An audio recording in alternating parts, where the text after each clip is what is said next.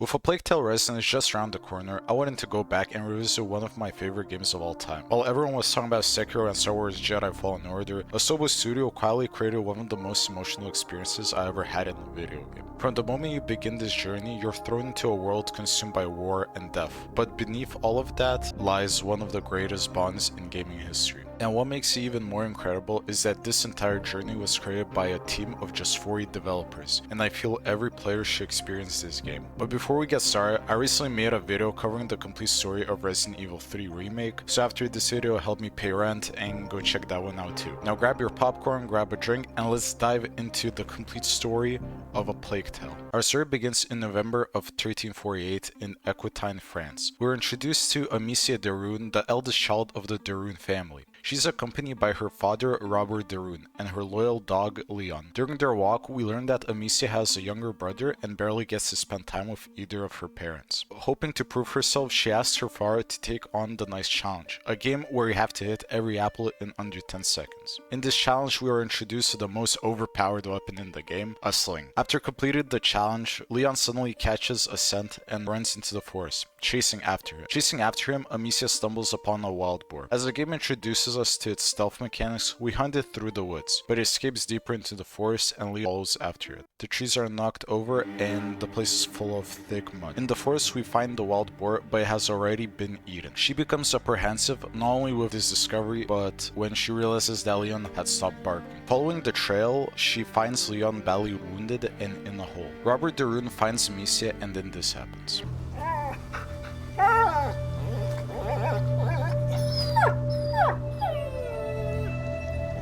My dog. Who did this?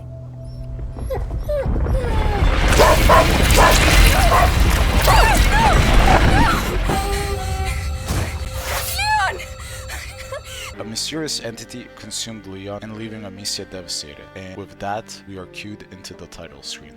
This game is so fucking peak. The two ride back to their home where Amicia is tasked to find her mother. After a quick detour, we learn that the people are hungry because of the rain and how it has ruined the harvest. Amicia finds her mother, Beatrice de Rune, working on something for her brother. They're interrupted by something going outside. Beatrice orders Amicia to protect her brother. We then meet probably the most important character in the whole series, Hugo, Amicia's 5-year-old brother. As Amicia talks with him and they chat for the first time in ages, Amicia looks outside the window and this happens. Did he talk? No, Lord Nicholas. He killed 2 of our men! Where is he? I won't ask again. Where is your son? In good hands. She sees her father and the servants being rounded up by members of the holy order known as the Inquisition. Robert de Rune killed 2 of their men and is met by a mysterious knight who goes up to Robert de Rune and asks for his son. When he refuses to give him up, he gets killed. This opening chapter is so peak, one of the best starts to a game ever. With Hugo, we navigate through the house, dodging Inquisition soldiers, testing my inner hitman skills. We see the people of the house being interrogated and slaughtered. When we open up the door, a guard sees the 2 siblings but is saved by Beatrice. The 3 navigate through the garden and get to a door, and then this happens.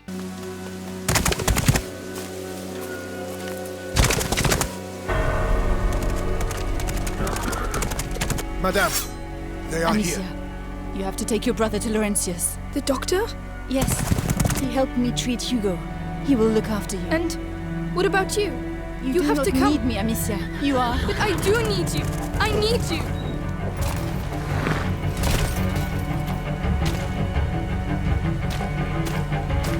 Hurry now.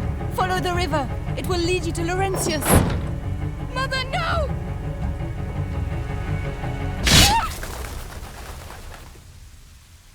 Beatrice tells Amicia to find the family's doctor, Laurentius, and gets killed by the knight. The 2 siblings run through the forest like they're trying to break Usain Bolt's 100-meter dash record. They jump into the river and wash up to the shore, near a village. Traumatized, they start exploring it, and they see that everybody is scared of them. They also see that there are X's on the doors indicating that people outside are sick. They go to the center of the village where they see people burning others alive. The leader of the villagers is called Conrad. He sees Amicia and Hugo and accuses them of bringing the plague to the village. The two siblings are chased across the whole village by the residents. They meet at a dead end in the most contaminated part of the village. All hope is lost, they're gonna get captured, probably burned, until an old lady opens the door, saving the two protagonists. Her name is Claire V. She explains about the plague that has been going on in the village and that the villagers have gone insane. After a quick change of clothes, Claire V tells that the only way to find Laurentius is to find the monks in the church. Amicia upgrades her sling and then the villagers return. Everybody is quiet, up until Hugo has survival instincts of a scary movie character. Amicia tells Hugo about their parents and Hugo storms off. She follows Hugo up until a villager gets him, and then this happens. Go! So that's where you were. No! Wait! I didn't want to! This is one of my favorite scenes in the entire game. Rarely in video games you see a character get affected by what they've done. So Asobo makes it that Amicia is actually a human. She understands that she actually killed a person and it's just not a statistic like a GTA online lobby. It also shows that she is affected by killing this villager. We then fight Conrad and kill him. Amicia and Hugo run away from the village to the church. There we see Amicia praying to Saint Mary about the people she killed. And then they get to the church yard where they find the monk. We speak to the monk who goes by Father Thomas. He sees that they are the ruins and they go through the crypt of the three saints. That's the only escape out of the village. Below the church, Father Thomas tries to find the other monk, but then this happens.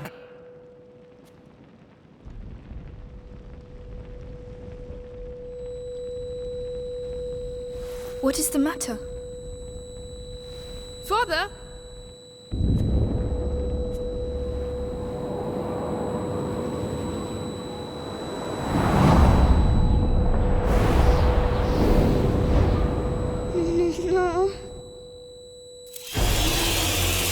Dozens of New York residents infiltrate the catacombs, and Father Thomas gets eaten alive. Amicia and Hugo are alive because the rats are scared of the light. Basically like an average League of Legends player. Going through the rats, they escape and we get a cutscene of the kids just taking a moment to talk to each other.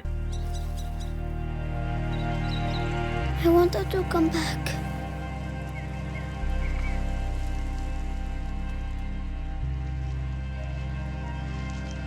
And this scene is so peak, like it's literally my wallpaper on my PC. This is where the relationship between the siblings starts to actually grow. Heading for the windmill, they find Inquisition soldiers. Sneaking around them, Hugo gets a headache. Amicia picks him up and they get to the location of the windmill. Then the rats attack, of course. The siblings get to the windmill where they met Laurentius. Who are you? Magister Laurentius! Stop right there. He's contagious. Hugo. Here. The Inquisition came. We lost everything. There was nothing I could do. Of course. They came for him. An evil. An ancient evil courses through your family's veins. In its blood. Your mother and I attempted to slow its progress. But ever since the Great Break, the process has quickened. You must protect him, Amicia.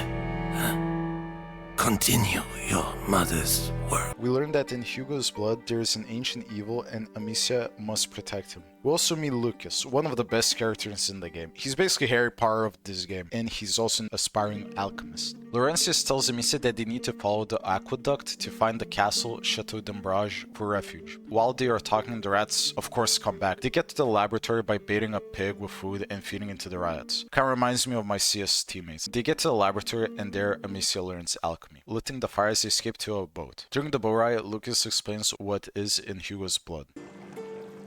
Lucas? Yes? What does he have in his blood? There's an old story. It tells of the Prima Macula. The alchemists say it was the first corruption, and that it silently travels in the blood of certain families. But something happened. The Great Break. And the macula awoke. In Hugo's blood. But what will it do to him? The macula cares for neither good nor evil. It evolves with its host. The change things. The world. You know, your mother and Laurentius, were trying to help your brother. But they failed. No. I think they just ran out of time. The thing in his blood is called the prima macula. It has been through family blood in generations, and it has a thing such as thresholds, and it evolves with the host and has the power to change the world. On the dog, they find the battlefield between the English and French armies. Passing through the bodies and the Inquisition soldiers and the swarms of rats, we find the trapped soldier, and you have the opportunity to save him. Personally, I chose to save him. Then they get to a guard. With no way around the guard, Lucas gives Amicia somnum. It basically knocks out the soldier if they smell it. When they are near the exit of the battlefield, they see two thieves who are interrogated by an Inquisition soldier. One of the thieves snitches about the group, and this happens. There! They're running away! Hugo! Run! Amicia! Let go of me! Amicia and Hugo got captured. One of the soldiers says to Amicia that the siblings will be sold to a mysterious figure. When all hope seems lost, one of the thieves unlocks Amicia's cell. Then we are introduced to Sadie Sink, Melly, and her brother Arthur. Lucas had told them about Amicia and Hugo and their capture, so they went to help. Sinking through the Inquisition base, they find Hugo and the sling. The guards become alerted that Amicia had escaped, and that gave them the coast to free Hugo. Near the gate, this happens.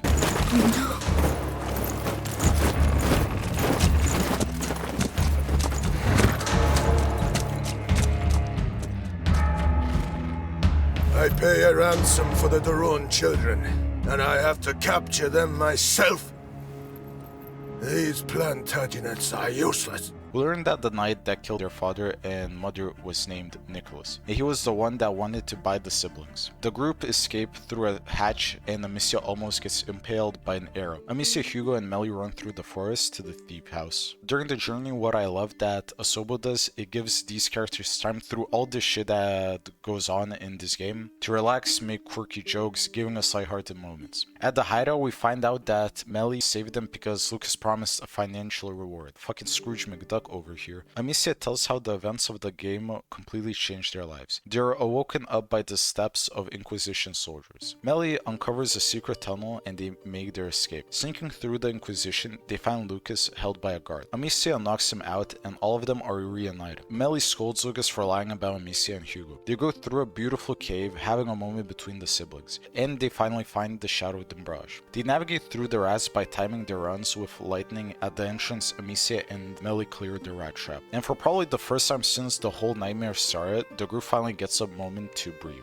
The next morning, Hugo wakes Amicia up, excited to explore their new home. Downstairs, Lucas turned one of the rooms into his own Breaking Bad laboratory. The siblings explore the castle and realize that Melly is nowhere to be found. Eventually, they find her outside, where she tells Amicia that she can't stay. Arthur is still being held by the Inquisition at the Bastion, and she's going back for him. Before leaving, Melly tells Amicia something that I actually really like. She tells her to be good to Hugo, because one day, just like Arthur has done for her, Hugo might be the one who needs to save Amicia. Yeah, I bet that won't happen in the next game. Hugo runs around chasing butterflies while Amicia finds a tree in the middle of the courtyard. Thinking about everything and everyone they have lost, she takes a pendant from around her neck and hangs it from one of the branches. Hugo does the same with his own. Moments like this are exactly why I love their relationship so much. The game actually gives these characters time to breathe, reflect on what they have done. They aren't just some one-dimensional character, they actually feel real and you just root for them. Amicia notices that Hugo's condition is getting worse. The black veins around his neck have started spreading further across his body, and Hugo even apologizes to his sister for being sick. Lucas pulls Amicia aside and explains that the prima macula develops through different stages called thresholds, and Hugo is quickly approaching the first one. Lucas explains that Laurentius and Beatrice had been working on an elixir that could slow down the macula, but there is one problem.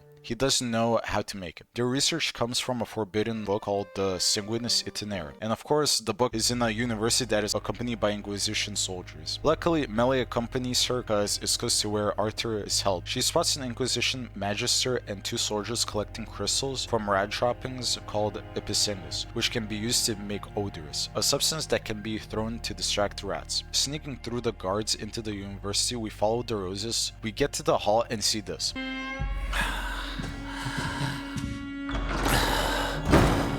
Still no news of our young Hugo de Rune. Lord Nicholas continues his search. In which case, The only thing that can help us find the book is the son of a smith. You built that door with your father. Now, you'll open it for us. We were asked to build that door precisely to keep out scum like you. I am the Grand Inquisitor Vitalis Benevent.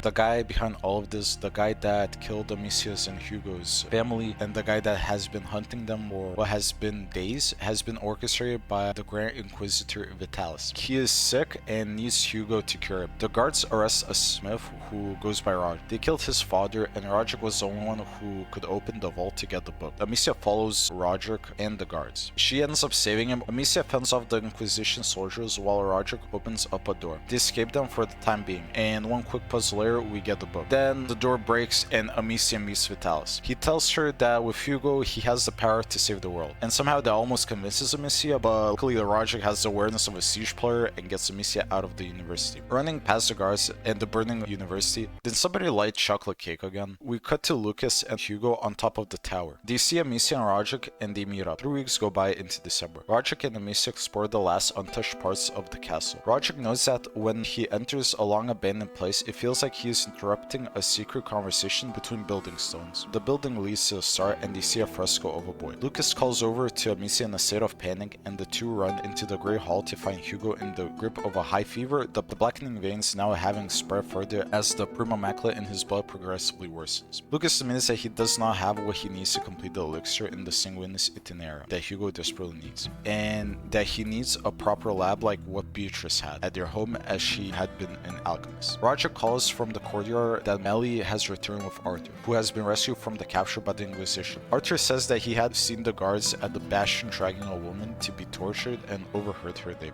Beatrice de Rune. One day I saw the guards accompany a prisoner who looked the worse for wear.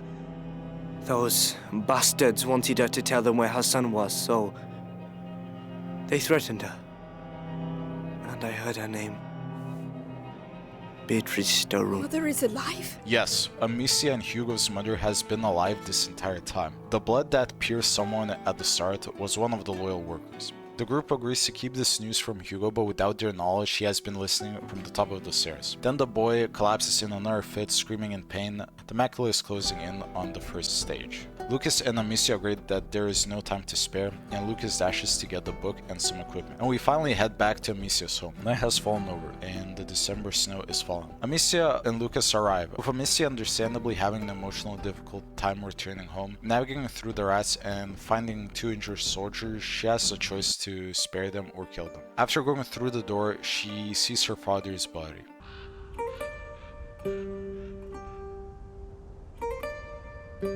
Is he your father?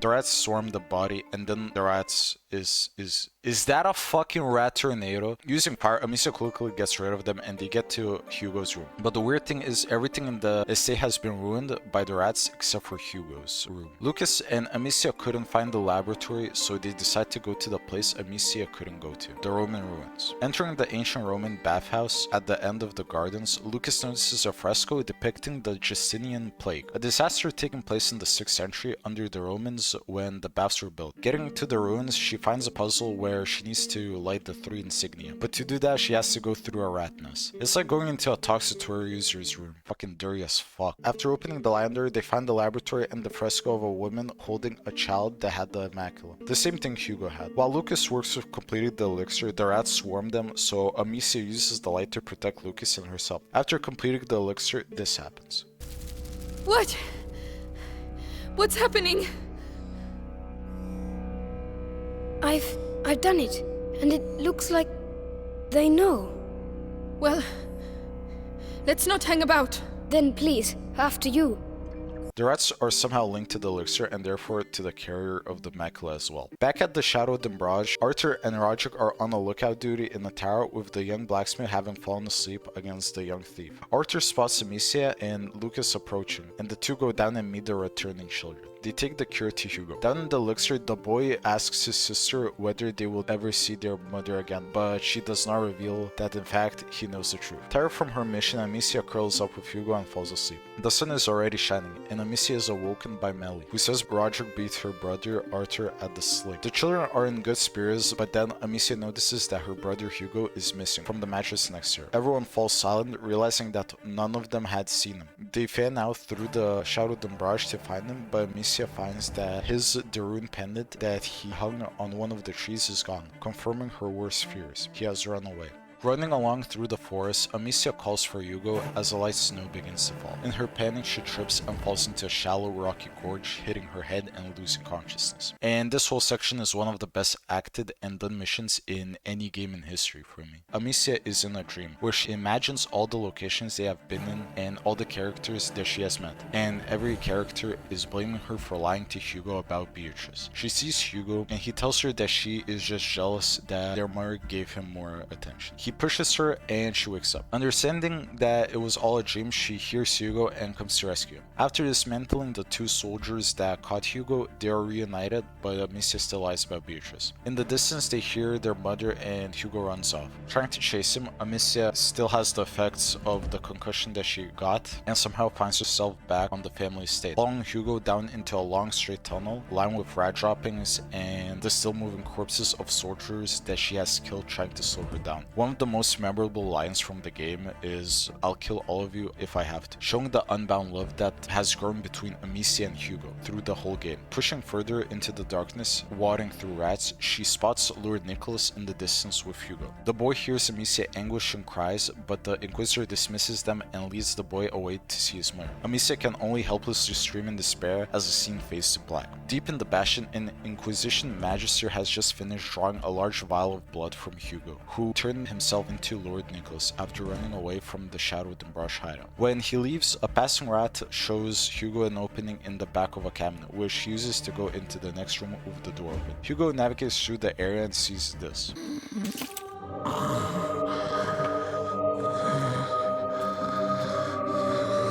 That's enough. You play the martyr, but allow me to tell you the truth. You are a vile heretic driven mad by power. The Pope considers you a threat. Vitalis Benevent, you are to be excommunicated. One can excommunicate a man, Archbishop, but not a saint.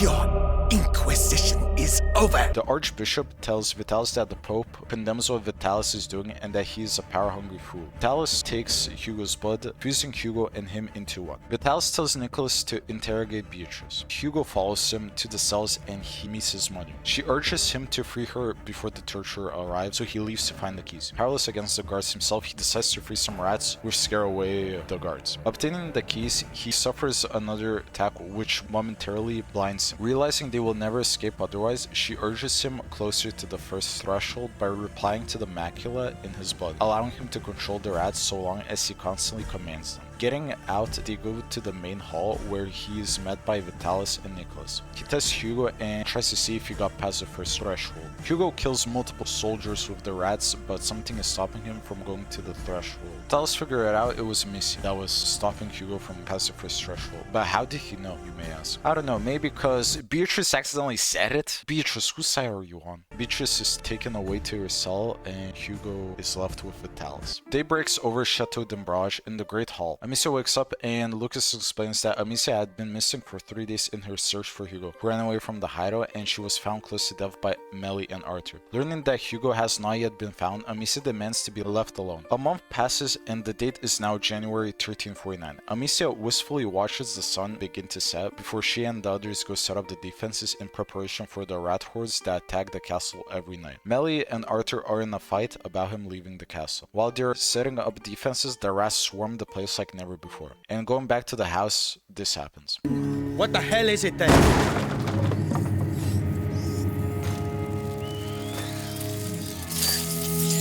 This way! Quickly!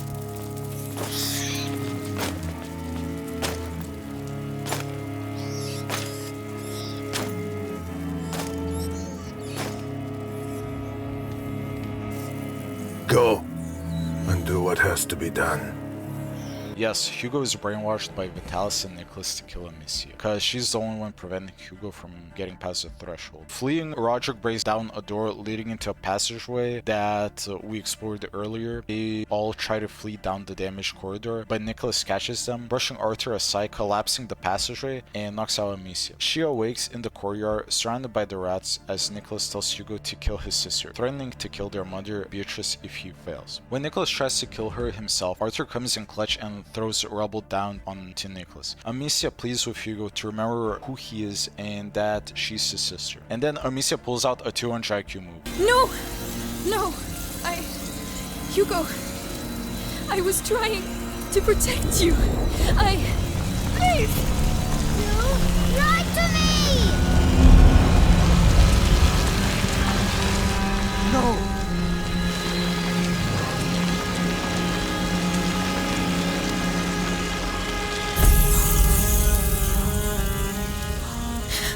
She might generally be one of the smartest characters in any video game. They hug, Arthur celebrates to beat Nicholas, let's go. Of course, it's Plague Tale, so Nicholas survived the rubble and stabs Arthur, killing him. Then we get a cool ass boss fight between Amicia, Hugo, and Nicholas. They use the rats to swarm him, but Nicholas turns into the Human Torch. With more rats, they defeat Nicholas, killing him. Melly is heartbroken over her brother's death, and the others mourn as she flies into a bloodthirsty rage. In the name of their fallen comrade, the children come together in a plan to attack the Inquisition headquarters, backed up with Hugo's immense power, rescuing Beatrice and ending the threat once and for all. The Daruns and their remaining allies, Lucas, Melly, and Roderick, arrive at the town. Their entrance, the safer side door Amicia and Melly used before, is now blocked by a rat's nest, so the children are forced to go into the great door, which is guarded by 2 heavy knights and a soldier. Lucas and Melly lead the 2 heavy knights away, allowing Roderick to take down the remaining guard and proceed. Using his rats and Amicia's sling, they take down multiple guards and run through a burning fucking building, like they're Jill Valentine. Overlooking the courtyard, standing between them and the cathedral, are the archers. With no other way through, Roderick pushes a cart to provide cover for the siblings, but is hit several times by arrows in the process. Fighting past his pain, he manages to lift a portcullis, allowing the 2 to reunite with Lucas and Melly, but then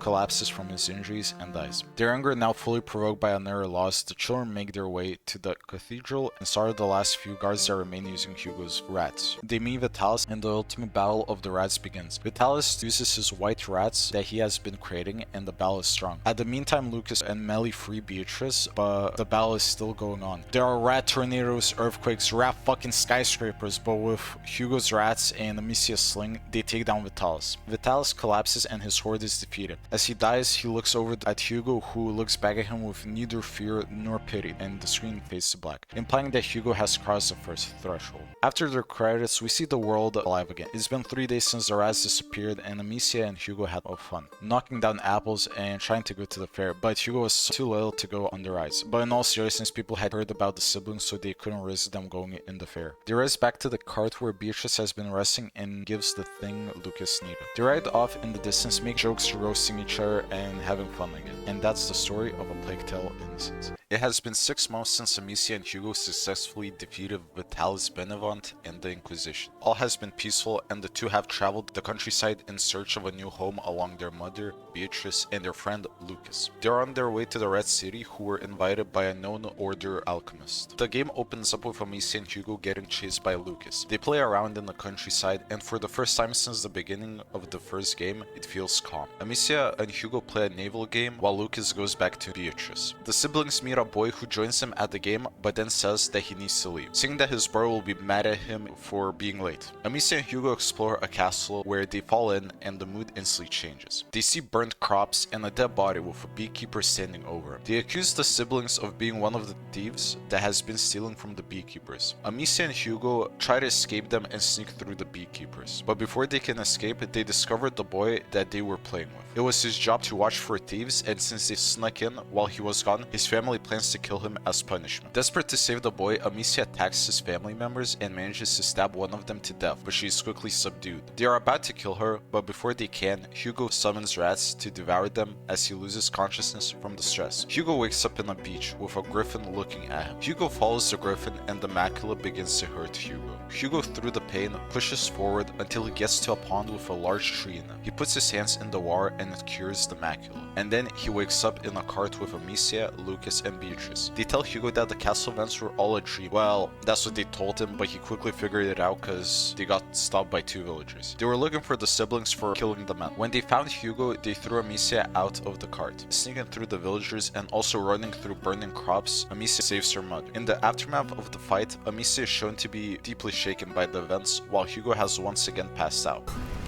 He's still breathing. It's the shock.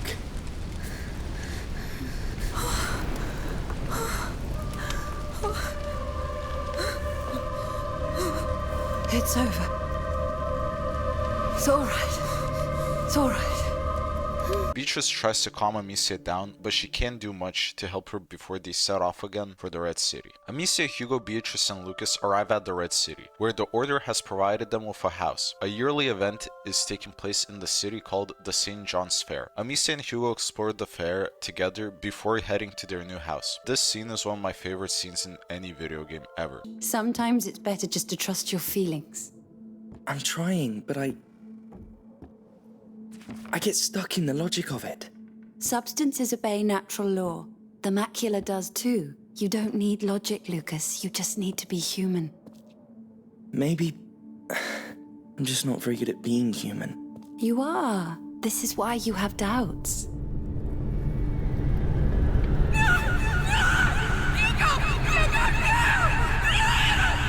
I don't kill you again if I have to!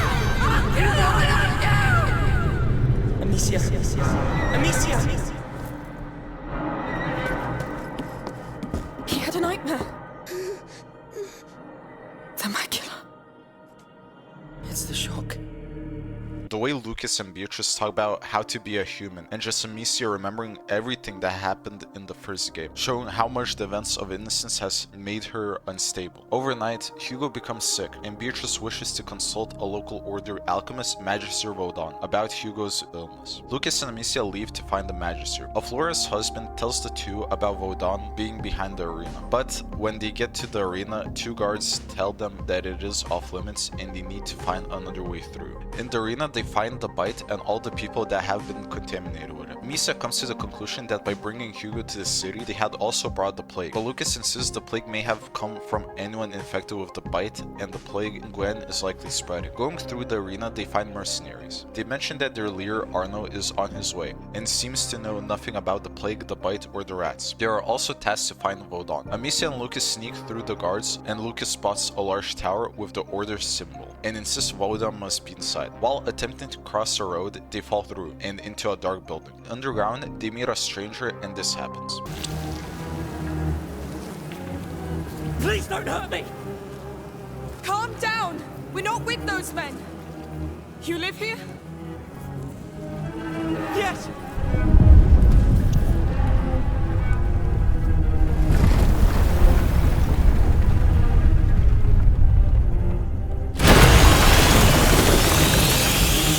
Is this Baywatch? Since when are there waves of rats? The rats consume the stranger while Amicia and Lucas outrun the rats. And the change in gameplay really was a fun addition to the game. Well done, Osobo. Getting through the rats underground and completing a puzzle, they get to the surface. Above ground, they come across mercenaries again. On top of that, rats pour into the street. Getting through both of them, the two get inside the tower and complete the puzzle. And they meet Magister Voldemort. When they finally meet Vaudin, he is sitting at a desk in his laboratory, seemingly unfazed by the rats or the mercenaries. I'll be honest, he's a dickhead. Somebody must have eaten his M&Ms or some shit. He calls Amicia the Protector, a title denoting her relation to the carrier. Magister Vaudin, I'm Amicia de Rune. A daughter.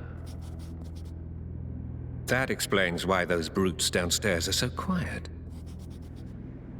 The Order was quite impressed by the way you put down the Inquisition in Guyenne. Well, I didn't have a choice. Not a choice. A calling. That of a carrier's protector. A what? A protector. your function among the Order. While leaving to go back, Amicia notices a fresco on the wall. It is the island with two peaks, the island that Hugo had in his dreams. Woden, Amicia, and Lucas returned to the Darun home in the Red City. Woden began to study Hugo's sickness, but his treatment led the boy to having a seizure. Amicia, angry, she wants to go inside, but Beatrice orders Lucas to get nightshade from the herbalist for Hugo. Amicia tags along because she doesn't feel useful to Hugo. Amicia is furious with Woden and feels he has been treating Hugo like an animal, but Lucas insists she needs to give him more time, and he's most competent in his domain. She suggests pursuing Hugo's dream for a solution, but Lucas doesn't believe it is a viable option. They reach the butcher's district just as the rain starts to clear up. Venturing further, they find their path blocked by soldiers who are denying a crowd of citizens entrance to the district under the count's authority, claiming it is for their own safety. So Amicia and Lucas go through a narrow crevice and fall in a butcher's dump. They push a cart that blocks their path, but after pushing it, they invited the rats again. While making their way through the rats in the district, Amicia and Lucas stumble across a soldier. They tell him they are just passing, but he says his orders are that no one gets out. In self-defense, Amicia kills him with her sling. They then discover that soldiers have been pursuing the district by killing townsfolk. Lucas reminds Amicia of Extinguis, and with that they push on. They sneak through the guards and open the gate. At the edge of the city, they overhear one soldier complaining that the count made a mistake trusting the beast, and that they don't even know if the people they are killing are sick. Another protests that the beast is taking necessary action to keep the men from panicking. They find the herbalist, but the rats eat him and the guards. Amicia starts to panic, but Lucas reassures her that he knows what Nightshade looks like. He tells her that if they make it to the herbalist shop, they will be able to find it themselves. At the shop, they find the herbalist's wife, but no Nightshade. They hear more guards, but with Amicia's state, Lucas says that he will get it himself. Alone in the house, Amicia tries to calm herself. She soon hears soldiers capturing Lucas and is forced to go after him herself. She finds him in a barn being interrogated by a soldier. Lucas tells her he found a Nightshade and they have to go. But with all the anger and things she went through in both games, she says that she is tired of running and she stands her ground. As more and more soldiers enter, she kills them all in a blind rage. Her sorrow is only ended with the beast, fully armored, storms inside and captures her and Lucas. They are brought to the dungeon in the soldiers' fort at the highest point in the Red City. Lucas confronts Amicia about her behavior. She's terrified and says she can't feel her mind slipping. You should sit down. Oh, so that's all you have to say? Come on. You can do better than that. You have a whole garrison here, why don't you really let yourself go? Stop. No! Do you see the situation we're in? We were just supposed to get herbs. How do you think Hugo feels right now without them? How will he feel when his sister is I hanged? made a mistake, right? I don't know what's happening to me, Lucas. I feel my mind going. Yes, because this world hurts. And it keeps hurting. And you want to hurt it back. But it's a fight you cannot win, Amicia. You are not them. You are a Darun. He reassures her that she is strong and her reaction is natural, but she has to be better for Hugo. He tells her that on her command, he can do something to help them escape. The beast opens the cell and Lucas throws the only stupefaction that he had. Parkouring through the edge of the tower, they sneak to a warehouse, where they use a fucking ballista with stupefactio and escape. When they get back home, Lucas covers for Amicia. 2 days have passed, and Hugo hasn't been getting better. Amicia is furious and Lucas has to stop her from barging into Hugo's room. Woden says a carrier reaching the final threshold is a very rare event, and Hugo must be isolated. He mentions that the Order has special buildings for such events. Amicia insists they search for the island, but Woden dismisses it as a child's fantasy. When she asks why he had the fresco of it, he hesitates. Yeah, press him, Amicia. Beatrice refuses to follow Amicia into Hugo's room, given her crash-out state, given how the macula feeds on Hugo's emotions. Woden has convinced Beatrice that they need to go to the Order's headquarters in Marseille as soon as possible. He already has a boat and a captain, Joseph, who needs to be warned, so Lucas and Amicia go check it out. As they walk through the city, Lucas apologizes to Amicia for keeping Hugo's incoming death a secret. They soon hear a soldier decreeing curfew has been put in place. The city is in lockdown, and anyone caught in the street will be arrested. There are patrols. Sneaking past patrols, they see them burning bodies to combat the rats. But of course, they come. Amicia promises Lucas not to kill any soldiers until they do a puzzle where they use tar and help a soldier. But when the soldier refuses to let them pass, Amicia kills him. Amicia and Lucas Lucas finally reached the boat. A soldier is telling Joseph he should have left while he could, and that now he's seen too much and he's under arrest. Joseph headbutts the man and spits on him. He starts to set off, but Amicia and Lucas plead with him to help and tell him they have a child. He tells them to meet him at the next pontoon. Joseph is such a likable character. He's like the gray-haired version of Jack Sparrow. With his help at shooting the guards, Amicia and Lucas get through the guards and the rats, reaching the boat in the process. When they finally reach Joseph, the ground shakes. The rats have come. Amicia runs to get to Hugo while Lucas stays with Joseph, planning to pick up the rest of the group at the docks near the Darun house. Amicia runs through the village and spots her house in the distance. Villagers have emerged from their homes despite the curfew, wondering about why the ground shook. And then this happens.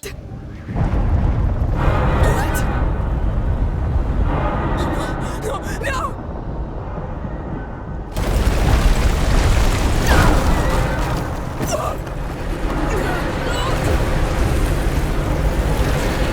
What the fuck? A bunch of rats take down the whole fucking tower, and a tsunami of them runs through the city, destroying everything. Amicia runs across rooftops and finally reaches her house. Hugo is having a nightmare, and Beatrice doesn't know how to calm him. Amicia takes over. Part of their house collapses, and Vodon is killed. Fuck you, bitch. Beatrice and Amicia sits over Hugo, while the entire fort is demolished by rats outside their house. Hugo wakes up, and the rats start to subside. He was having a nightmare. Beatrice and Amicia agreed they must leave before everything collapses. They leave to meet Lucas and Joseph at the dock. Amicia carries Hugo through the decimated village. He's horrified when he realizes what he's done, saying that everything is because of him. Having the guilt, realizing that everywhere he goes, the rats are there. Amicia, Hugo, Lucas, Beatrice, and Joseph travel through the waterways to Marseille. There are bodies and debris from the Red City all throughout the war. Hugo, hurt by the destruction he has caused, vents to Amicia about feeling unheard. Beatrice tries to appeal to Amicia, but she protests that going to the Order's headquarters in Marseille, locking Hugo up, is not the solution. The boat gets stuck in the breeze, so Lucas and Amicia clear a path. But of course, the rats come. At one point, Lucas has to save Amicia with pyrite. These rats just don't give a fuck. Amicia breaks the chain and the debris that block the boat. But on her way back to the boat, Lucas gets captured by the mercenaries from the arena. Amicia runs to the boat and gets behind Joseph's crossbow. She shoots the two men and helps Lucas back to the boat. A large man in full body armor arrives on a horseback on a cliff overlooking the boat. It is Arno, the leader of the mercenaries she has been running into throughout the Red City, and he wants revenge. Amicia sets the boat off down the river. As they rush down the river, Beatrice, Lucas, and Hugo take shelter in the boat cabin while Joseph steers. Amicia covers him in a frenzy, killing around 24 mercenaries. Beatrice pleads and orders Amicia to take cover in the cabin, but she refuses. Then Joseph gets killed by an arrow. With no captain, the mercenaries use grapples on the boat and put it up shore. Amicia takes the crossbow and runs to free the boat, killing another group of mercenaries on her way. Just when she reaches the ropes for the grapples, Arno intercepts her. Amicia, in a chase sequence, runs away from Arno. Sneaking through a couple of guards, she intercepts him just as he reaches the shore and challenges him.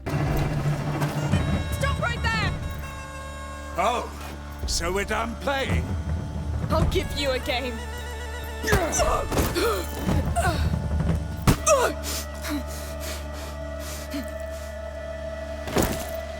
Amicia, no! Stay where you are or you're next. We must help her!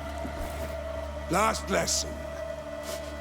If you want to be reckless, be better than that. He hits her on the head with the butt of his sword. On the boat, Lucas watches on while Beatrice holds back Hugo. As Arno approaches Amicia for the killing blow, Hugo breaks free and runs toward them. He summons a horde of rats which chase off Arno. The boat breaks free and starts to drift off. Amicia tends to Hugo's side. Beatrice calls for them to join them quickly. But Amicia and Hugo share a look before watching the boat drift off, leaving them alone on the shore. Some time passes, Amicia and Hugo decide to go and find the island. Hugo and Amicia wander the country of Provence together, having fun and racing each other. Hugo worries for Beatrice and Lucas, as well as Amicia's head wound from Arno. She reassures him that they will be alright. They come across a camp of pilgrims traveling to Rome. A woman directs them to their leader, Pero, a man who knows the region well. Before they can receive any help, however, the Count's army of Provence arrives in search of Amicia and Hugo, headed by the Beast. Pero helps them escape as he refuses to give up a child. He's such a cool character. Unfortunately, Amicia and Hugo are spotted, and while they are running from soldiers, they roll down a steep hill. Amicia head wound is reopened, and when they get to a room, Amicia passes out from her head injuries. Soldiers come into the room, so Hugo has no choice but to control the rats and kill the soldiers. When Amicia wakes up, Hugo shows her his new ability. He describes it as the rats letting him use them. They continue on and exit the building. Outside the building, there is a large dye works, patrolled by soldiers. Hugo can help by controlling rats. They make their way through the area and finally reach safety, only to run right into the beast. Amicia spots the weak point in his armor and kills him, but is quickly weakened by her hand wound. Soldiers start to surround Hugo and Amicia, but she's too weak to help. Hugo controls rats and kills the soldiers, but loses control and passes out as thousands of rats flood the quarry. Amicia, with all her remaining strength and the injury from Arno still there, carries Hugo to a safe place. She sits down exhausted, but someone approaches the ledge beside Hugo and he looks up at them in fear. Amicia wakes up against a tree. She sees Arno helping her and Hugo. From the shock, she passes out again. After waking up again, Hugo eagerly informs her that Arno saved her and has promised to take them to the island from his dreams, Lacuna. 2 days pass in a haze, with Arno taking care of her and Hugo. When she has recovered enough, he tells her he is helping them because he's a wanted man and Hugo's rats can protect him. Amicia is of course hesitant and promises Arno if he betrays him, she will come for him. The group reaches the sea. Arno tells Amicia he knows a smuggler with a discreet fast ship, just what she needs to get to Lacuna. We learn that Arno was a knight Requiem and that he has fought in many battles in the 100-Year War. They have to travel through a cave system to reach the smuggler, but rats have infested the area. Hugo controls them and Amicia leads the group through the rest. They find the rat's nest where Arno falls in. The 2 siblings help him get back up. After maneuvering through the rats using Odorous and the Count's soldiers, they get to the secret location and we meet Sophia. I like the new crew. This is Amicia and Hugo. The small one has potential. The big sister still needs to be tamed. Try that. You see? I see you left your mark on her already. Don't be ashamed, sweetheart. It suits you. Meeting Sophia, she agrees to take them to Lacuna, given that she owes Arno a favor. But her boat is in a dry dock, and they have to break it. Arno, Amicia, and Hugo head for the village where it is docked while Sophia speaks with his crew. Arno helps us take care of the soldiers on the beach. When they get to the boat, Hugo asks to go explore it. Arno takes him so Amicia can rest. Time passes and Sophia bangs on the door and yells to be let in, and this happens. Open up! Open up! Got you! You got nowhere to run! And the Count doesn't need you along!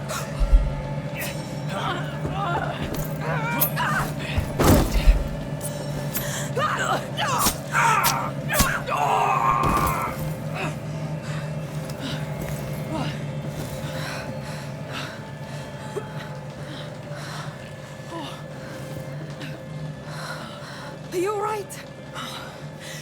No. We just met, and I already owe you. You don't owe me anything. You don't make the rules. Fine, we can be friends if that helps. Let's try. But you'll end up wanting to kill me too. Amicia saves Sophia and they become friends. They free the locks that hold the ship and they finally set sail to Lacuna. During the journey we learn about Arno's shield, how it has served him for many battles and saved his life. And then we get this cutscene. God, no, Hugo, I'm so sorry. It won't happen. Don't be sad. I'm happy to be here. This boat is the best, and I like Sophia. And Anna, even if you don't like him. Hugo shows that he is maturing and realizing the importance of his powers. He's no longer the kid that would bait you to survive like a cop player. They finally see Lacuna and dock at the port. Sophia advises Amicia to be nice, given that the island is under the Count's law. They are greeted by a woman who gives Hugo a flower crown and introduces the village holiday as a celebration of brighter days. She cheerfully explains that during the brighter days, all children are kings, just like the child of Embers, who watches over the island. Hugo's presence is a blessing because he sees the future just like him. Arno comments that the church would oppose Lacuna's religion, but they seem to be doing quite well for themselves so far. As the trio venture further into a well-decorated village, Hugo is excited to be in the place he had dreamed of. Arno helps them find the island, but with Hugo describing his dream like a Scribblio player describing their drawing, you would think it was a little bit vague. They go through the marketplace, asking people for the location of the tree, and then they get to the main square. The Count stands above the crowd. Arno seems excited to see him, and then this happens. The child who protects his sacred lands. It's him. From the rats of disease and war. The rats? No, wait! Hey, what are you doing? It's because it's the Count, Amicia. We had a deal. Call your rats. Wait, what? That was your deal? You saved me so he would murder the Count for you? You survived. That comes with a price. No! You don't take advantage of a child and call it a deal, Anna! We came all this way for him! You won't ruin that! Fuck it. I don't need you. No! Anna! I knew it. I won't miss this time. I'll take care of him. Catch the girl! Arno and Hugo made the deal. If he gets them to the island, Hugo will use his rats on the Count. Apparently, Arno and the Count have beef. Amicia and Hugo run away from the Count. They realize that they need to help the Count because they can't lose this island. They betray Arno and then the Countess comes. She invites the guests to their house. Following the Countess named Emily and the Count named Victor, they see the bird on the mountain monuments, confirming that Hugo's dream is real. They then go to their room and spend the night there. Amicia and Hugo wake up in the palace. They have been given new clothes. They leave to explore the island and search for the reason Hugo's dreamed of. They travel through the palace grounds and leave for the village. They meet Sophia and follow the bird statues. This game came out in 2022 and is still one of the best visual experiences of any game ever. This game is just so gorgeous. The bird statues led them to concealed ruins. Appear to have been an old theater. There is grass growing over a massive mosaic, so Amicia burns it to reveal a map of the island. Sophia speculates it's hundreds of years old, likely Byzantium. Hugo identifies the symbol of the order, and Amicia explains what the order is to Sophia. Amicia, Hugo, and Sophia climb towards the sanctuary. Hugo hopes to find the bird, tree, and pond from his dream, while Amicia is hoping for something a little more useful, like an actual cure. The sanctuary is closed for a ceremony, and security is even tired after Arno's little crash out yesterday. So naturally, they sneak in. After getting past the guards, the trio discover a group of people wearing red robes and masks, each accompanied by a child. The Count and Countess are leading some kind of religious ceremony. Amicia and Hugo steal robes and join while Sophia follows nearby. Inside, Amicia recognizes the order symbol everywhere. The ceremony tells the story of a special child who once lived on Lacuna, and Amicia slowly realizes that this entire religion is basically a misinterpreted version of the Immaculate. The Countess calls herself the Mother and reveals a statue of the Child of Embers beneath a phoenix. Amicia and Hugo are tasked to carry the torch through the waterfall. After completing the trial, Sophia meets up with the siblings and gets them out of there. Sophia leads Amicia and Hugo through a hidden passage, and they find the place from Hugo's dream, the pond surrounding a huge tree. Hugo immediately runs into the water, expecting it to heal him like it did in his dream, but nothing happens. Hugo is devastated, but Amicia notices something much more important: a child throne with two names carved into it, Basilius and Elea. If you remember the painting in Beatrice's laboratory in Innocence, the boy that had the macula was Basilius, confirming that the macula chooses a new host. So Basilius was another carrier, just like Hugo, and Elea was his protector, just like Amicia is to Hugo. They explore the abandoned rooms and discover that Basilius was treated almost like a king, while Elea was a heavily armored warrior who clearly cared deeply about him. Then they find the phoenix symbol again, except it's connected directly to the order. So the magical bird Hugo believed was guiding him toward the cure wasn't really a magical bird at all. It was the order. And what they find later genuinely creeps the shit out of him. They discover an ancient laboratory where the order experimented on Basilius. Remember, he was the same age as Hugo, so about 5-6 years old. And they even find the table where he was restrained. Hugo realizes that hundreds of years ago, another child with the macula was being treated exactly like him. The library above the laboratory, Sophia translates the ancient writings. The final records date back to 541, realizing he was the cause of the Justinian plague. They find out that the order eventually separated Basilius from Aelia. Aelia fought back, but she was captured and taken somewhere near a round tower to a chapel inside the fort. So the three have a new lead. Amicia tells Hugo that the pond wasn't the cure Hugo expected, but this dream wasn't useless either. It brought them directly to the story of the previous carrier and protector, so they get out through a sewer and head for the fort. They climb an old tower and finally spot the fort in the distance with what looks like a chapel inside. As they follow the coastline, things start getting darker. They find bodies chained to the rocks and soon discover that the area is controlled by slavers. The trio sneaks through the ruins until they reach an old temple, where they find Milo and his men preparing to sacrifice their prisoners. And Milo isn't just some random psychopath. No, he believes that the rats are a sign that the Child of Embers is coming, and that sacrificing people to them will earn him a place inside the child's throne. He's more delusional than my friend seeing a girl saying hi to him. Then this happens. You have so little faith. But you keep backing me!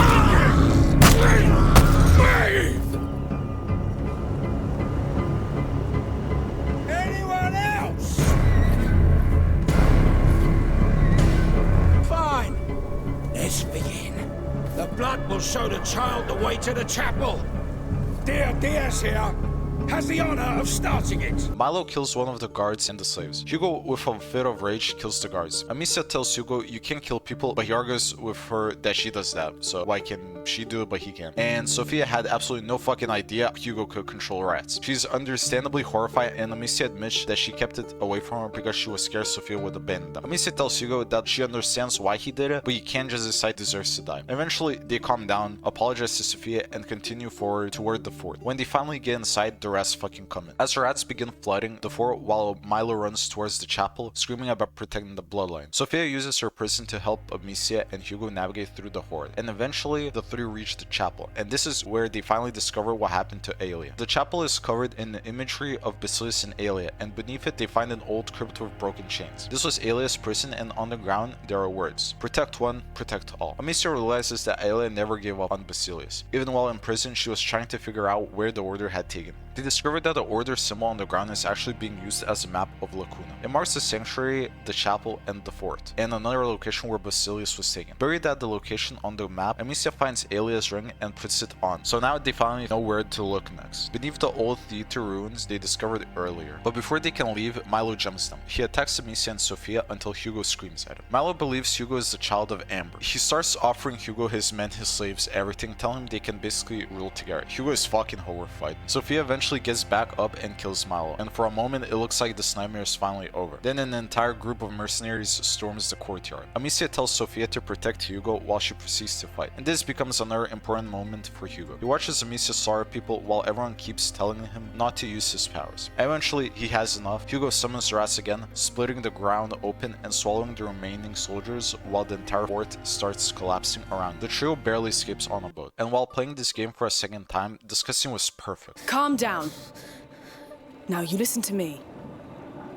I've never seen anything like you two. And for some stupid reason, I like you. And I like you at the shittiest, worst of your life, right? I'm fine with that. Even the strangest things happen for a reason. Sailors' stories are full of it. That said, you need to seriously calm down and listen to what adults tell you. Deal? And you are not a goddamn army. He looks up to you. And when your death wish becomes his, this is what happens. And this will have consequences.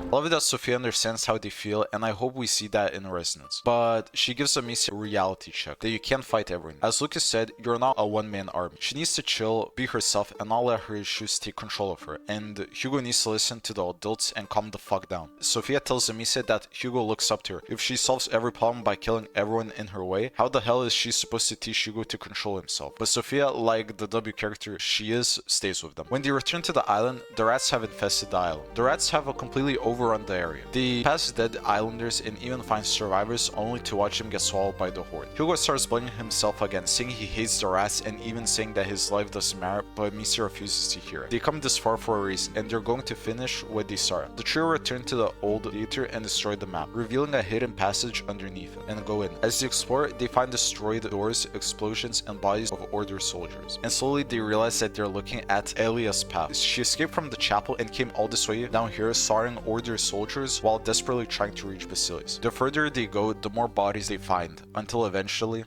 they find the alien. We should go back. Protect one, protect all. That's the writing from the fort's chapel. It's her. Aelia. The carrier's protector. She died surrounded by the soldiers she killed, never managing to reach Basilius. And written on the helmet are the same words we found in her prison. Protect one, protect all. This hits Amicia since she sees herself as Aelia, doing anything in her power to protect the carrier. After paying their respects, they continue deeper underground, following the path Aelia never got to finish. And the deeper they go, the worse it gets. The entire place is covered in a massive rat nest. Hugo starts feeling something he described as dark, just like in his dream. Eventually, they reach a gigantic underground well, and Hugo immediately wants to leave. Amicia realizes this place looks like the aftermath of the final threshold. Whatever happened here hundreds of years ago, the macula completely consumed this first place. Hugo begs her to turn around, but Amicia basically forces Hugo to come. I think it's because she's desperate and it clouds her mind. She thinks that the only way to cure Hugo is there, and when they reach the bottom, they see this.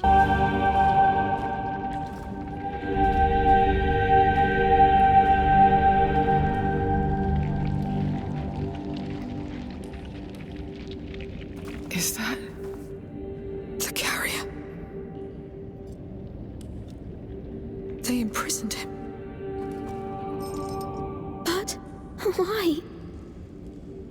They were scared of him, of his power. This is why they built all this. They were always afraid. They left a child die. He unleashed the rats. They tore through their walls. They couldn't stop them. It started here. What? The Justinian plague. Yes. They found Basilius. His corpse is still chained between two pillars. The Order didn't cure him. They imprisoned him. Hugo, with a bit of rage, says that Basilius did nothing wrong and that they are just like Woden, and fears the same thing will happen to him. Amicia reassures him that they took away his protector, and when Aelia failed to reach him, Basilius gave in to the macula. And for the second time we see that he did cause the Justinian plague. Remember the fresco in Innocence near the laboratory? That was the Justinian plague, and it was done by Basilius. Amicia finally understands what the macula has been trying to show them this entire time. There was never a magical cure waiting for Hugo on Lacuna, but Basilius wanted to reveal to him that the macula didn't simply kill him. The grief, fear, and rage pushed him over the edge, and Aelia couldn't reach Basilius. But Amicia is still here with Hugo, and she realizes that maybe Hugo doesn't need some magical cure. Maybe if she can give him a peaceful life away from all this violence and suffering, he can actually live. Unfortunately, showing a child torture the corpse of the previous carrier isn't exactly the most calming thing ever, so Hugo completely loses it. Seeing what the Order did to Basilius, it fills him with rage, and he says that when his time comes, he'll make everyone suffer too. And then the fucking ratness wakes up and bursts. They run with Sophia out of the cave, followed by swarms of rats, and then they finally get to life. Amicia understands that Hugo needs a life, that is the cure to the macula, so they decide that they will go to Beatrice's house in the top of the mountains and live there. So they go to the boat to leave Lacuna. But on the way, a soldier recognizes them and tells them they have guests waiting for them at the palace. We have orders to escort you safely to the palace. Actually, we were about to leave. You have guests. Guests? Who? Your mother and a boy. Yes, Lucas and Beatrice found Hugo and Amicia. When they finally reunite, they say that they found the trails of rats, emphasizing the fact that everywhere the two siblings go, the rats follow. Amicia explains everything they discovered about Basilius and the macula, and for once it actually feels like they have a plan. Beatrice tells Amicia that she's proud of her for finding all of this, when everyone else had basically given up. They plan to leave Lacuna together, go to their old house in the mountains, and finally give Hugo the peaceful life he needs. Surely nothing can go wrong now for Amicia and Hugo, but before they can leave, a soldier tells Amicia that the Count wants to speak with her. She follows him alone, and this happens.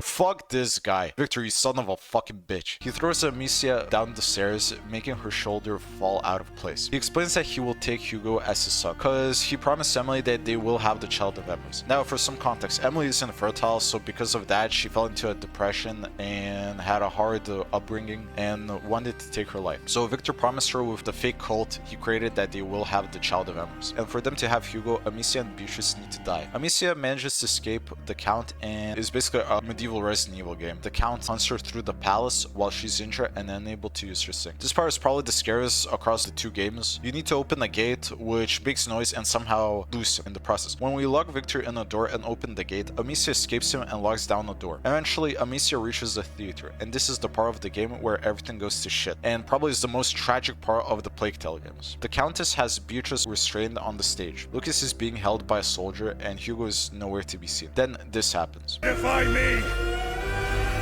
I'm Amicia Daroon! Ah, shut up! And I kneel to no one! Shut up!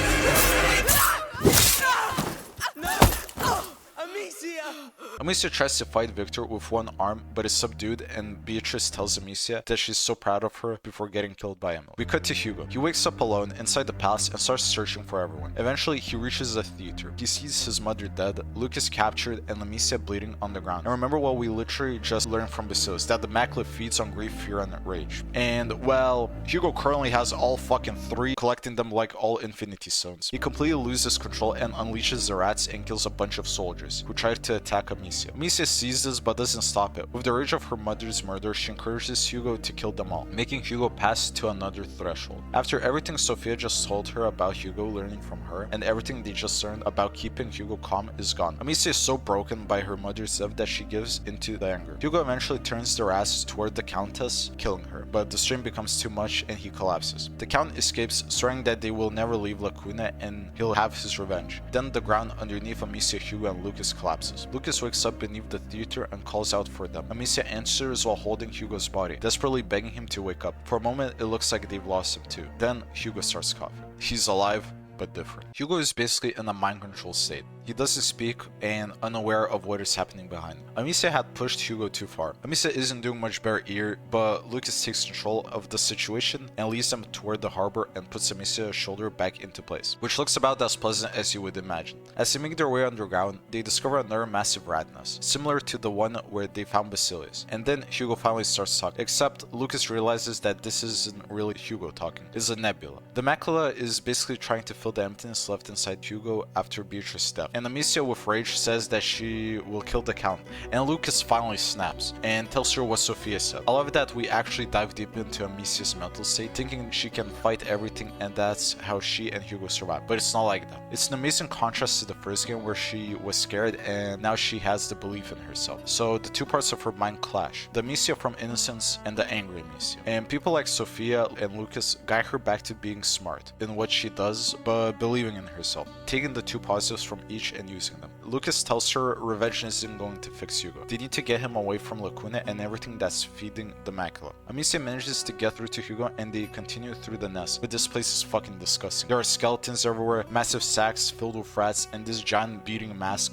connected through the entire nest. Hugo approaches it and starts calling this place home. Amicia obviously isn't having any of that shit. She grabs him and basically tells both Hugo and the Macula itself that he's coming with her whether they like it or not. The entire nest wakes up, so they run. They barely escape into the sunlight, but even outside, Hugo is completely different. The rats are constantly inside his head, and for the first time we see him actively stand up to them. Compared to Hugo, who a couple chapters earlier said he hated them. Hugo fights back, and with Amicia help, he awakes from his state. I love how Amicia treats her loved ones compared to strangers. Hugo tells the rats that they are not in charge, and they actually listen. He commands an entire swarm into the sea, but controlling that many rats hurts, showing that even though Hugo's connection to the Macula is becoming stronger, using that power still comes at a cost. The three continue toward the harbor while the Count soldiers are now blaming everything happening on Amicia, calling her the Defiler. Eventually they reach what's left of the village and spot Sophia's ship in the distance, but then they overhear that Arno is still alive and he's about to be hanged. Hugo immediately wants to save him, but Amicia isn't exactly thrilled considering the last time they trusted Arno, he tried to use Hugo as a fucking biological weapon against the Count, doing his best Umbrella imitation. But they're heading that way anyway, so they said fuck it and went to save Arno. They reach the gallows just as the soldiers are preparing to execute him. They surprise attack them and fight reinforcements with Lucas helping Amicia. And once again, Hugo uses their ass. With the soldiers cleared, they save Arno. They free him, give him back his shield and sword, and finally reach Sophia's ship. Sophia asks where Beatrice is. Amicia tells her she's dead, and after everything that happened, Amicia and Hugo finally get a moment together to mourn their mother. And then they leave this fucking island. First time in what feels like forever, everything is actually peaceful. On the rest cast, Hugo worries that he's different after everything that happened, but he's excited about going to the mountains. Amicia tells Sophia about their old home and their plan to finally live somewhere peaceful. Even Arno eventually wakes up and apologizes to Amicia and Hugo for betraying them. He thanks them for saving his life, and it finally feels like everyone can move forward, and you would wish Plague Tale ended here. But no, the Count ship follows them like a crazy ex. Everyone gets to work trying to outrun. Sophia commands the ship while Amicia and Arno start throwing cargo overboard. But Victor keeps getting closer until the ship rams the Raskas. Amicia gets knocked out. She wakes up, everything has gone to ship. Sophia and Lucas have fallen overboard. Arno is basically fighting an entire army by himself, and soldiers are boarding the ship. So Amicia and Arno fight them together until Hugo suddenly runs out of the cabin. Amicia tries to reach him and this happens. Inside! Shoot!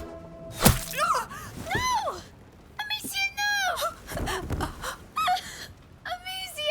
Amicia got shot by an arrow and presumably dies. Hugo watches Amicia fall and immediately tries to summon the rats, but nothing happens. For the first time, the power that has saved him whenever someone he loves is in danger isn't here. So Hugo doesn't think, he just charges Victor himself. And he's a 5-year-old running at a fully armored warrior with a sword, so you can probably guess how well that goes. Victor knocks Hugo unconscious and takes. Arno tries to warn him that taking Hugo is probably the single dumbest fucking thing you can possibly do. Hugo will just kill him and everyone else, but Victor doesn't listen. With archers surrounding them and Amicia badly wounded, Arno has only one option. He throws Amicia into the ocean and jumps in after her. So after spending the entire game trying to keep Hugo away from the Order, the Macula, the Count, and everyone who wants to use him for their own gain is separated from Amicia. Amicia wakes up on the beach with Arno treating her wound. She has survived the arrow and is worried where Hugo is. Arno tells her that he couldn't save him while Sophia and Lucas have gone looking for horses. Despite having an arrow hole in her body, Amicia immediately wants to go after Hugo as they search the beach. They eventually find the wreckage of Sophia's ship and run into Victor and his soldiers. Amicia demands to know where Hugo is, and Victor tells her that he's safely in his possession until he is ready to serve them. Amicia is ready to fight him herself, but Arno stops her. Until he sees your head in a rag and knows this old world must burn. Bastard! I'll handle him. Like hell you will! Listen to me for once, you damn mule. Why? So you can have your revenge? So that you can save your brother. I'll make him tell us where Hugo is. Cover my ass and stay alive. I need to start using that line. Arno says that he has unfinished business with Victor and that Amicia should stop being a mule and listen to him for once. He says her surviving is all that matters for Hugo. Arno takes on Victor while Amicia deals with his soldiers and discovers that Lucas and Sophia have been captured nearby. But during the fight, something starts happening to the sky. Hugo! He thinks I'm dead. He gave himself to the macula. Marseille. You took the boy to Marseille after what happened to your damn island? Shut up! I will take care of it!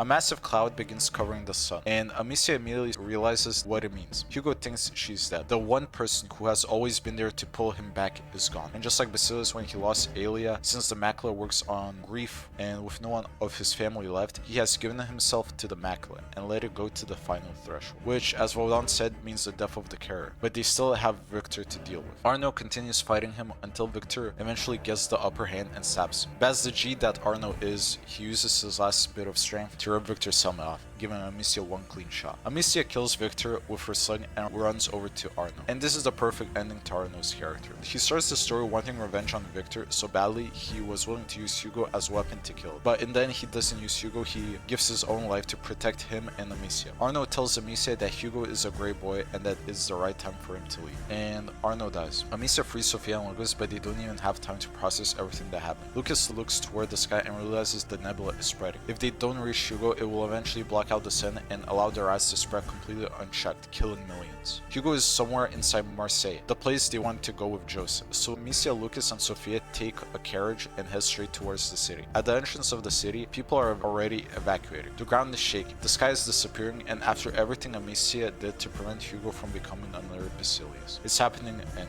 Going to Hugo, the three reminisce of Arno how he has given his life for them, so they promised to find Hugo for him. Out of nowhere, the rats swarm them, so Lucas controls the horses while Amicia uses the blowtorch against the rats. They try to escape, but the rebel hits them, and the screen fades to black. The three wake up and go on foot to Marseille. Along the trail, Amicia stops Lucas and tells him, Lucas, I must say, it's an honor to have you by my side. You're the most reliable, steady, nice thing in the world. I don't know. But, you're my family. You're sharing all this because you think you won't make it?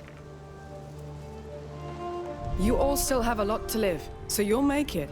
This is a damn order. Lucas, my man, didn't know you had riz like that. I love how Amicia recognized how much Lucas has done for them in these two games. He could have been like any other stranger and just left them, but he stayed through all of it. They get to a vantage point where they see this.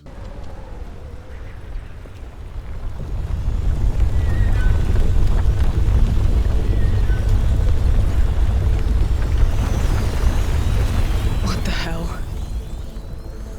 Did he do this? He's one with the macula now. So we're really going in there? I'm sorry. It's alright. I had enough fun, I guess. And my boat is wrecked anyway. Just tell me we can stop this. If we can get to him, maybe. But it'll be a deep dive.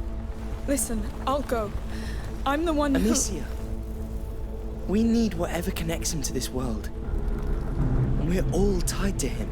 Hugo is there in the nebula with waves of rats consuming everything. Amicia says she will go alone, but Lucas says that all of them have to go because they are the only ones that are important to Hugo in this world. But the rats destroy the building, so Sophia and Amicia fall. Sophia hurts her legs, so Lucas and Amicia continue alone. So now it's just Lucas, Amicia, and Hugo. Everything the three have went through, the boat journeys, surviving the Inquisition, curing Hugo, and now this, saving Hugo. Lucas and Amicia go between the waves and get to the bridge. Lucas says this: the nebula is the place where all natural laws stop working, and that the nebula is condensing around. They go down there and they are separated. Amicia screams to find Hugo, but nothing, until she finds the bird statues from earlier in the game. She follows them and hears Hugo. He talks to her, saying all that he has brought is death and that she should stop fighting. She remembers that the natural laws don't work here. So instead of following the statues, she runs straight and appears near a brazier. She fights giant rat monsters while Hugo is telling her to stop fighting. He is tired and is scared of Amicia, fighting like that, losing her sanity in the process. He tells her to stop being so tough, but she keeps going. When there is too many of the monsters, she teleports back to the statues. She then goes straight again. Teleporting to the monsters again, Hugo tells her that she can still fix everything. She just needs to give up fighting, and that she needs to accept that she can't change what she has done. With that, Amicia throws Extinguish on the brazier, and this happens. There! I get it! This is pointless! I surrender! I'm tired of all this. Too tired to fight. Please, I need to see you. I'm proud of you. Where are you? I'm here. Hugo, come!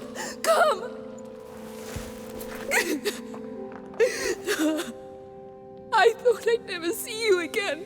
Me too. This part, man, Hugo saves Amicia and meets her. Them hugging gently made me shed a tear, even though it was my second time playing this game. Hugo walks with Amicia, but he kills everybody they come across without the rats. He explains that the macula has taken over him. It's too late. He can't change what has already happened, and the only way to save the world is by killing. Of course, Amicia tries to think of another way, but Hugo accepts it and tells her that he wants her to kill him to save everybody. Then this happens. I can't.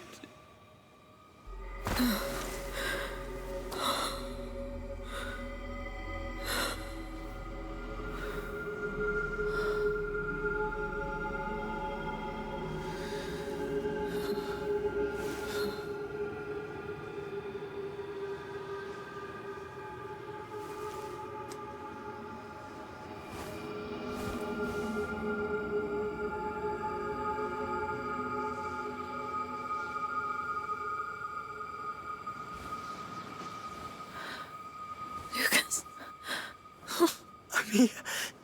I'm here.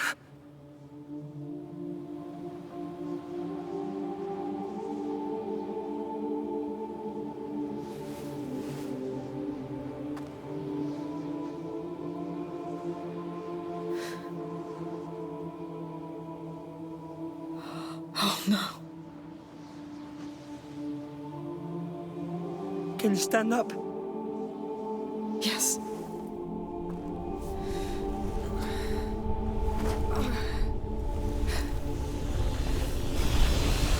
He's there. Yes. Lucas is there for Amicia, and they walk to Hugo for the final time. Everything across both games, every challenge, every decision that has led them to this moment, every person that has hunted Hugo, everybody they had loved, everybody they have met, everybody they have lost, all comes down to this. Amicia preps her final slingshot and kills Hugo. After finishing this game, it hit me harder than the first time I played it. Don't get me wrong, I was definitely cutting onions the first time I played this game. But this time I was just there sitting on my chair, seeing the credits, leaning back, thinking of this brilliant game, and how sad it was to see Hugo sacrifice himself for everybody he loved. Fucking count. None of this would have happened if they just ignored the fucking soldier and left. And when you remember what was on Alias' helmet, the words protect one, protect all. Amicia basically needed to decide whether to protect one, Hugo, or protect everybody else. And we know what she chose. A year has passed since Hugo's death. Amicia now lives in her mother's mountain home and is determined to track the Macula. She goes outside and Sophia shows up. We learn that Amicia is joining Sophia to go on a journey together. Sophia started doing illegal trading and Amicia said she will lay the path for the future carriers. They walk to the horses and on their way they learn that Lucas is on the road to study. When they get to the horses, Amicia says she will be right back. She gets to a monument that is surrounded by the bird, the griffins that they were chasing the whole game. She goes near the monument and this happens. I always knew you'd be good at making friends.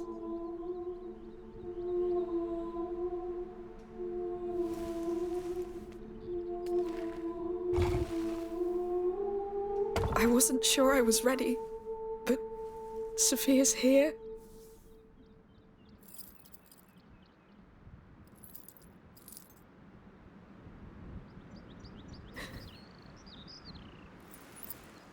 I'm sorry.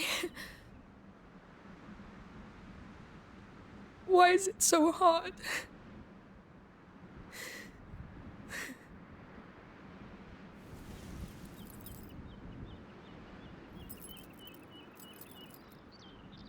We never backed down, right?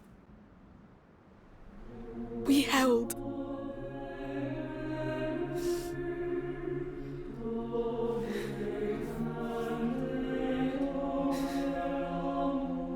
May this earth remember how much you loved it. May it remember all you gave to protect it.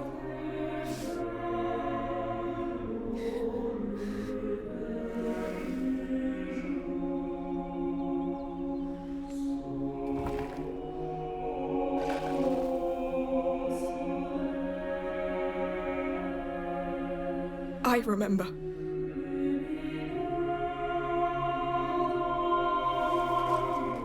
And I won't let it be forgotten. The Plague Tale series is generally a piece of art. It's not crazy to say that for me, the series has single-handedly made me obsessed with story mode games. The way the bond between Amicia and Hugo is so strong that I don't think we have seen in any other game. The parallels between the games are amazing. Like, at the start of the first game, we see Hugo wanting food, but it was all rotten, indicating the journey they have been through. And in the second game at the city, they got all the fresh vegetables they wanted, indicating there is hope and that they can get through this journey. The development of Amicia is done exceptionally, from being a 14-year-old girl that knows nothing to protecting her brother from the Inquisition. And in Requiem, her dealing with her traumatic past is done so well, losing herself because of Hugo, but then learning that she can't do this all alone. And that's what Hugo, Lucas, and Sophia helped her realize. The candle scene all these years later still gives me chills. Hugo through the games is done so well. In the first game, he's only 5 years old, so he literally tries to sabotage like he's the imposter. But through the first game and second, I like how he matured and understood Amicia and what she was going through. The boat scene where he talks with Amicia about the Macula really made me realize how much Hugo has changed for the better and isn't like Ashley in OG RE4. The realization that everywhere they go, the rats come. Even in the second game, Amicia hair adapts through the game, indicating the journey they have been on. And the other characters like Sophia, Arno, Lucas, Beatrice, Melly, Arthur, Roderick were done so well and are characters that we as players generally like. The boat talk from Sophia helps the two understand that they can't fight everything alone and that they have to control themselves. The love between the siblings and doing anything, fighting everything for each other shows how much we should care for the people closest to us. I think having a kid and playing this game again will probably resonate with me even more. No matter what is in front of you, you fight for them. Whatever you're trying to achieve is for them. So this game will always have a special place in my heart. I think these two games and Expedition 33 are the only perfect games, and I can't wait to see what Asobo has in store for us in Residence of Plague Tale Legacy. And remember, through obstacles, adversity, reminding yourself that you do it for somebody or even yourself will push you to overcome the adversity. Thank you so much for watching this video. If you enjoyed it, it would mean the world if you subscribe, because these videos take an absurd amount of time and dedication to make. And be sure to comment what other video game stories you want to see next. Have a blessed day, and remember, keep pushing forward. Peace.